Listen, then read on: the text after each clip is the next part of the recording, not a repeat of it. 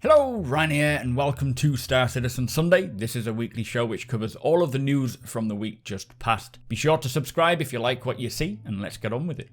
This week, Invictus Fleet Week goes live. We are introduced to the new Anvil Legionnaire, plus the AI teams talk about all of the work that they are doing to get NPCs living and breathing, as well as completing the NavMesh. So this week's Inside Star Citizen begun by taking a look at the latest concept ship, the Anvil Legionnaire, which is a breaching/boarding ship. It is a ship with a 2-man crew, plus 8 passengers in jump seats, in which the ship hacks its way into the target ship and forcibly docks to the docking collar, and then those 8 soldiers in the jump seats can go and breach. Now they say that this ship fills a gap for both the lawful and unlawful gameplay. Now, we don't know exactly how dock hacking is going to work, but we have heard in the past that hacking will involve kind of a Pac-Man minigame or using commands and actually typing in commands, which will involve a bit more skill, I suspect. But it is also something that can be countered by the opposing party. And for the Legionnaire, they mention that for docking in general, you usually request docking and then the other party must accept for the docking to work, but this must be able to override that acceptance using the second seat for the co-pilot to engage with. So nice to give some actual gameplay there for the co-pilot while the pilot's focusing on flying.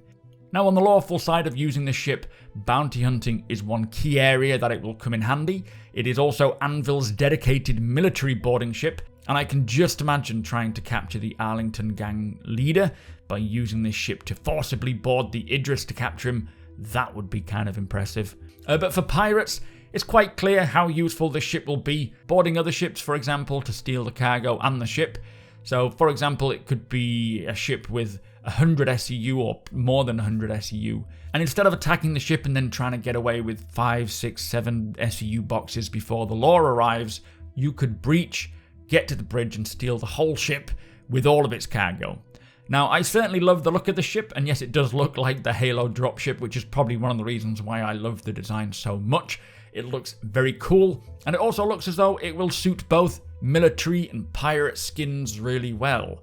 Not to mention just how interesting the ship boarding mechanics are finally going to be when they come along, as ship boarding, in fact, was part of the $3.5 million stretch goal. So seeing a ship dedicated to this is great. And when hacking gameplay is ready to release, it'll be interesting to see just how that plays and feels. Now, breaching itself is going to have many other factors involved beyond just hacking in and getting on board. Defending, for example, against a breach will not only involve the counter-hacking gameplay, so you're trying to stop them from even getting access, but also using onboard ship systems like cutting the lights to individual rooms, locking doors, switching off life support or gravity and other systems to repel or make the boarders' lives difficult while you wait for a rescue.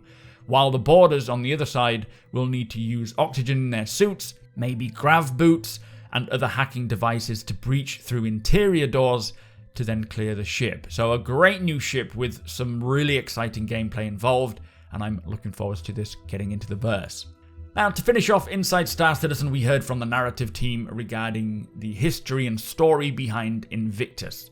Now, this originated in 2542, about a year into the first Tavaran War. At this time, ships were not as widespread and common as they are now. So the civilians wanting to sign up and fight the Tavaran had little way of making their way to the training grounds or boot camp. So a ship named the Invictus would fly around from system to system and gather up all the recruits to bring them to basic training. Now, this is what Invictus Week or Fleet Week is about. It is where all the families are saying goodbye to their close ones who are going off to join the military. The event nowadays is more about focusing on the Navy and its ships and equipment that they use, as well as celebrating the Navy and showing that we are all united in purpose, hence the slogan. There is another side to it though, where some people feel the Navy's spending is too great, of, spending the public's money, and it's only an event to advertise for the ship manufacturers rather than showing the Navy as it really is. But whether you love it or hate it, there is always a lot to check out and enjoy, like touring the Javelin Destroyer. Highly recommend that. It is a beast of a ship. Also watching as the fleet and the massive Bengal carrier fly from location to location. Or of course just checking out all the ships on display in the halls, renting them and trying them out for yourselves. What I really enjoy about it is just seeing people come together in one location to check it out, like real-life events like CitizenCon, and the fact that it's held at different locations as well, giving a reason to visit a certain landing zone that we may not have bothered with much beforehand. So a nice episode of Inside Star Citizen, but it is time for that juicy AI info dump. So this week's Star Citizen Live was with the AI feature, content and tech teams answering all of our questions. Now before they get to the Q&A, they did speak a little about what each member is working on, and it was brought to our attention that the planetary NavMesh was done, and with the gameplay designers to begin using it for missions and planetside locations. Now this navigation mesh is the tech that enables all the AI, so NPC humans, and eventually creatures when they get on with building them, to be able to physically walk anywhere on a planet's surface. So a huge deal that is no longer being worked on as such, and is now actually being utilized. And if you combine the NavMesh with how AI are now capable of flying down to a planet's surface for whatever reason and landing, the possibilities are endless, from giving reinforcements, the economy, medical rescue, bounty hunting, chasing an NPC who landed and ran into a cave. So incredible news about this NavMesh. I really hope that we get to see the first stages of this with 317.2, maybe derelicts or other points of interest populated with various NPCs like hostile or friendly, or even just the current outposts that we have in Stanton being populated with a population. Not to mention the fact that this will be needed for Quantum. When the Quanta become instantiated, they'll be going about their business generating missions for players to help on the fly as they move around the system. It was also mentioned that the dev who just finished working on the NavMesh is now working on navigation links, so enabling the AI to use airlocks, ledge grabs, ladders, elevators, metro stations, and so on and so forth. So all of this is now finally coming together, which is a major step to getting the verse feeling populated, expanding on missions and variation of missions, and taking control of the economy somewhat. So big news, and probably my favourite takeaway from this week's show, even though there is plenty more to hear. So other members are working on the chow line to enable the AI to grab what they need to feed and water themselves, as NPCs will also have the same requirements and status effects as the players do. There was also an animator on the show who was working alongside the AI team to help add a bit of life to the verse via NPCs, and we got to see a few in-game examples of mocap being the first one, where an NPC commuter on one of the trains was just going about his business, so likely seeing NPCs coming and going to work. Another dev is working on NPC reactions, so for example, if an NPC is getting shot at, or if they are inusable and getting shot at, making sure that they react accordingly. And even reactions as subtle as an NPC reacting to a tannoy announcement. Plus, we got to see an NPC engineer who was inspecting subcomponents on an Idris, which of course is eventually going to apply to all NPCs in the verse and hiring NPCs, but this is more specifically for Squadron 42. But they do keep the persistent universe in mind while they're building this out, so it can be used there as well. Now what we got to see was this NPC inspecting a usable to determine whether its condition is good or bad and needs swapping out for a new one, and the NPC's ability to do this, which will be determined by their skill levels.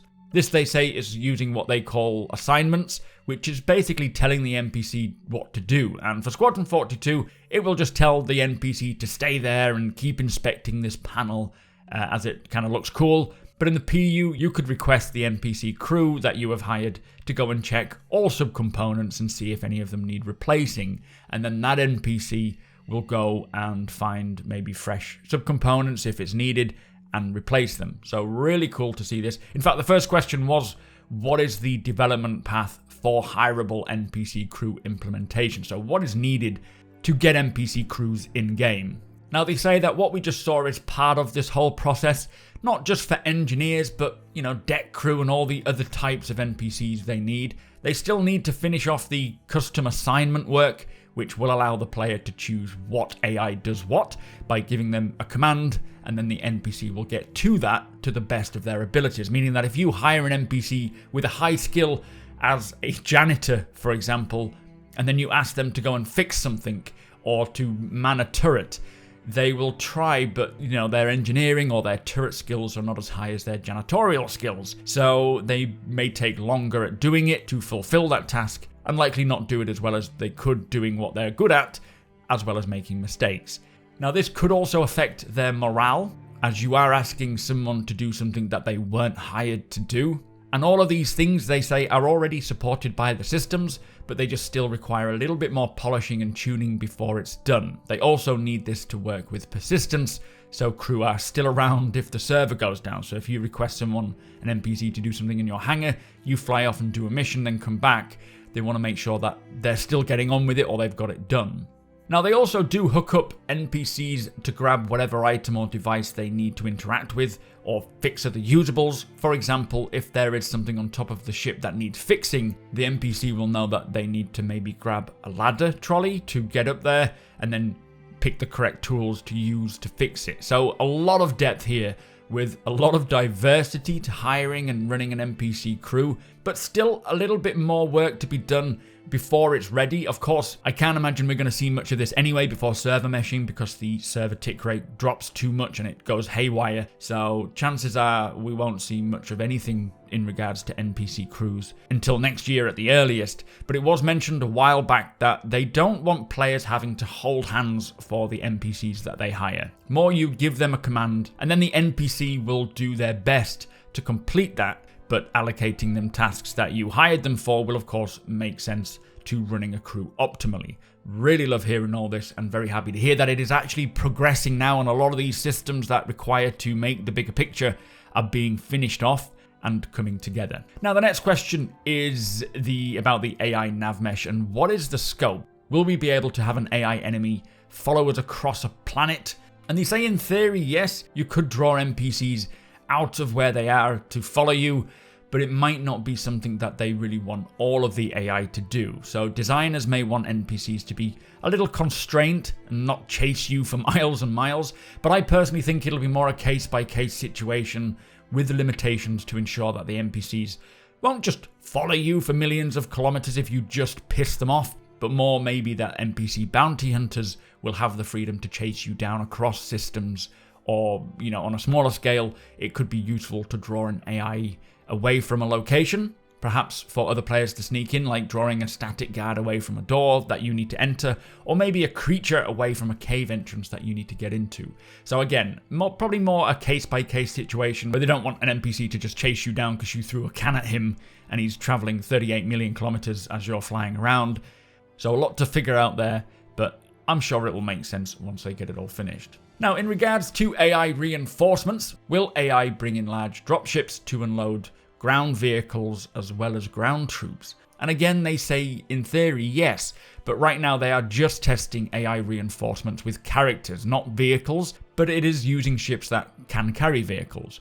When they further develop the other ship entry types to work with the navigation links, there should be no reason why they can't deploy tanks or Spartans and so on. And I think it's certainly something that they will eventually get to, it's just one step at a time. Next question, will AI reinforcements just immediately destroy the player's ship or target the player first?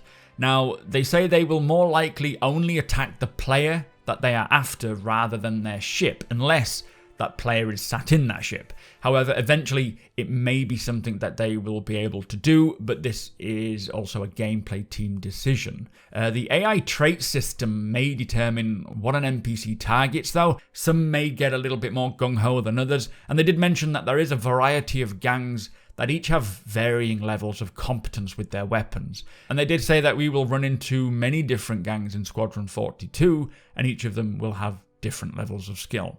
Now, next question, besides fighting, will NPCs use medical tools and other things? And they say it is something that is planned specifically for Squadron at the least, and there is also designs for non-lethal takedowns and restraining in Squadron, which is something that will eventually come to the PU, and I think that will be great when we can see NPCs in the verse just going about their business, mining, salvaging, coming and rescuing other players or NPCs. That is going to be so cool to see a fully populated planet or landing zone. Next question, will AI be able to loot dead bodies? Now this is quite an interesting answer. Now NPCs will be able to search for things that they need, like ammunition for example, which could be found in a container or maybe on a body. So it is something that is coming along with the systems that they are already building. But also currently NPCs kind of know everything. They know where everything is. Like they will know if a particular body has the ammo that they need for their specific gun without even needing to search for it because they're AI. So what they are working on now is trying to find a way to present the illusion of them not knowing this. And instead of an NPC just instantly going to the body that has the ammunition they need, they want to make them go and check bodies that might not anyway.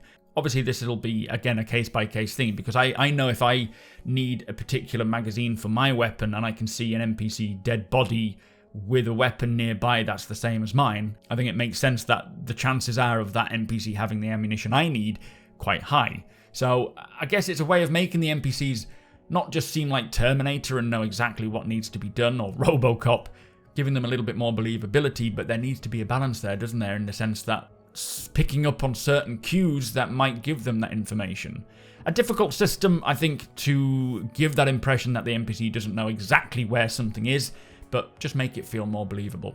Quite a dilemma.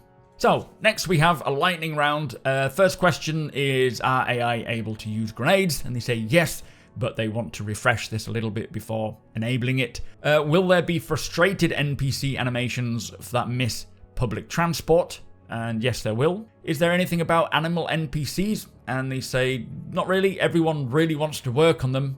And there is actually some work coming up for some animal NPCs in Squadron, which should directly feed back into the persistent universe. Very exciting. And the final question is to do with AI turret blades. Where are they? What's happening? Now, this is already something that is working, by the way, the AI modules, and I think they use this system for when they spawn in things like the Idris or Javelin. So instead of spawning an NPC to sit in the turret and drive that turret, they use these AI modules to help with performance. So they're not having to spawn and render in loads of NPCs, they just use this module, which is the same thing as what we're going to use as a turret blade. But they do still need to figure out how to expose this functionality to the player so that we can use it. So it requires a little bit more from design and UI and other teams. So there you have it, quite a mega info drop there from the AI teams. So happy to hear that the NavMesh is now being used by the gameplay teams. That was a massive win for me hearing that, and I really hope to see NPCs planetside for 3.17.2.